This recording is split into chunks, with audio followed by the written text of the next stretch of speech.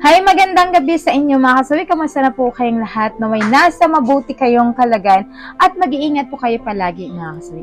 Ang ganda ng ating tatalakayin ngayong gabi at syempre alam ko ang daming mapanakit sa ating mga nagko-commentor. Alam nyo ba, eto na mga kasawi. At eto talaga yung aking napansin sa pinakamarami nag-comment mga kasawi at eto ay nag-PM pa siya sa akin niya na kayong mga vlogger, madali lang ang pera sa inyo. Kung ano-ano lang ang mga kuno-content ninyo. Tapos di naman kayo namamansin. Di kayo naghihirap magtrabaho para kumita. Vlog lang kayo ng vlog. Ayan mga kasawi, maanghang. Ang kanyang sinuggest. Maanghang ang kanyang komentar mga kasawi at talaga namang nakakaagaw eksena. So, ayan, syempre mga kasawi, ayan sa mga komentor, ayan sa mga tao na nagko-comment. Alam nyo ba, hindi porket vlogger kami ay hindi kami naghihirap. Hindi pwedeng nag-create lang kami ng ganito, ganyan. Kapag upo lang namin, bakit ba? Viral na po ba yung content namin? Diba? Hindi naman po. Kung mapapansin nyo, kung naghihirap kayo na magtrabaho para kumita, ganun din naman po kami. Naghihirap kami ng mga topic, naghihirap kami mag-create ng mga content namin, at syempre pinag-aaralan pa namin yan, at syempre nagre-research pa kami yan kung tama ba yung aming binibigay sa inyo ng mga impormasyon. Alam nyo po ba, hindi ganun kadali ang magiging vlogger? Akala nyo kasi kapag kawan sa vlogger na sinabi, ay yayaman ka na kaagad, isang post mo lang, million na kaagad yung mga views mo. Hindi po ganun kadali na sinasabi nyo porket vlogger kami ay napakadali na sa amin na kumita ng pera. Pero hindi nyo po alam, grabe, ang oras na ginugol namin dyan, pag upo namin sa camera, pagharap namin sa camera, bago po kami nag-shoot ng ganito na content namin, hindi nyo po alam kung gaano yung oras na ginugugol namin, pag-i-edit pa lang, yung oras na nilalaan namin para gumawa kami ng content, ayan, tapos i-research pa namin yan kung tama ba yung ginagawa namin, mga kasawi. Hindi ganun kadali, kasi akala lang ng iba, porket vlogger, yayaman ka na. Hindi porket vlogger, eto na yung bush, kaagad yung content mo, million kaagad, ang laki-laki ng kikitain mo. Hindi po ganun kadali.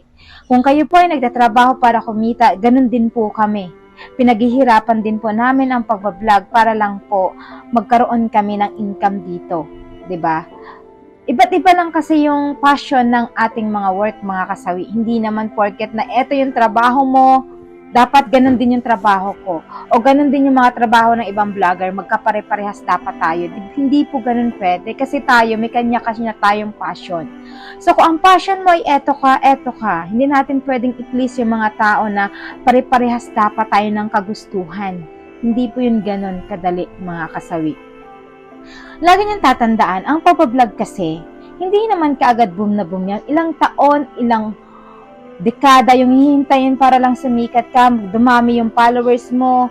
Ayan, hindi naman kaagad na isang araw, isang buwan. Pagka-upo mo na sa camera, 3 billion na views mo, 3 million yung followers mo. Hindi po ganun kadali kasi ilang taon po ang pinaghihirapan namin para lang magkaroon kami ng maraming followers.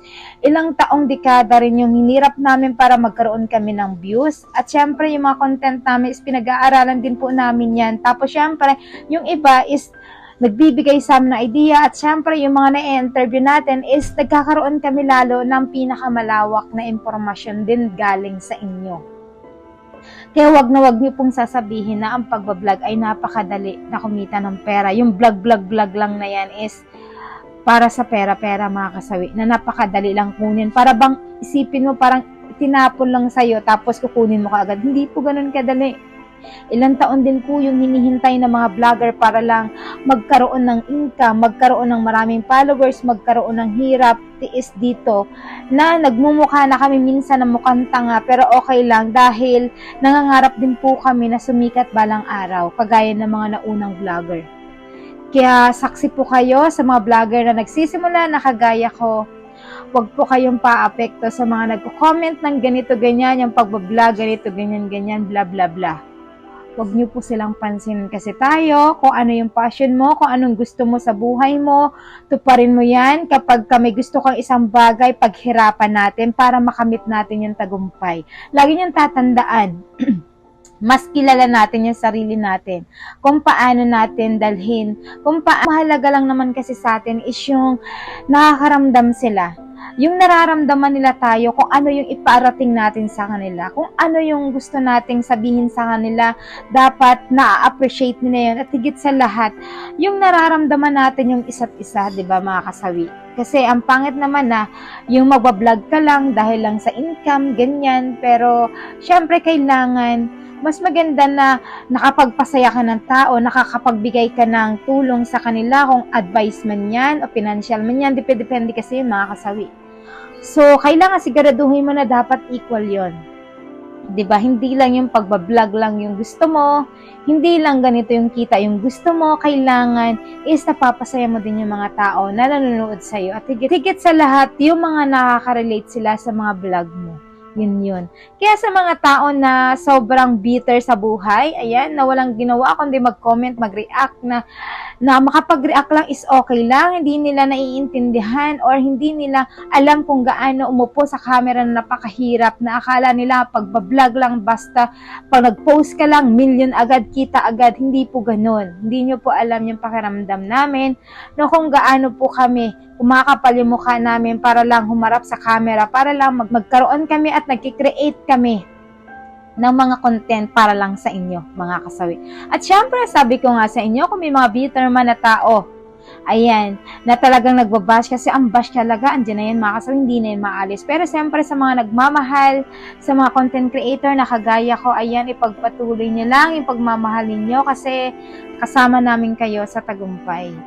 So, at syempre, maraming salamat dahil sa mga pagtitiwala ninyo at sa mga magandang comment ninyo, nag-share, nag-comment, ayan, sobrang nakaka-appreciate po at nakakataba ng puso sa inyo, mga nagtitiwala at sumusuporta sa akin, ayan. Maraming salamat po mga kasawi. At syempre, sa mga bagong content creator, wag na wag mawawala ng pag-asa. Lagi niyong tatandaan na kaya nandito tayo para sa gusto natin. Nandito tayo para sa pangarap natin. Nandito tayo para magbigay sa kanila ng aliw. At andito tayo na nangangarap tayo na someday darating din ang tamang panahon na makikilala tayo sa social media. Na someday nangangarap tayo na kung narating ng ibang vlogger yung pangarap nila na magkaroon ng bahay, na magkaroon ng magandang kinabukasan ang buong pamilya. Laban lang tayo, ipagpatuloy natin kung ano yung mga nasimulan natin. Huwag tayong susuko kasi lagi niyong tatandaan. Walang nagwawagi kapag sumusuko.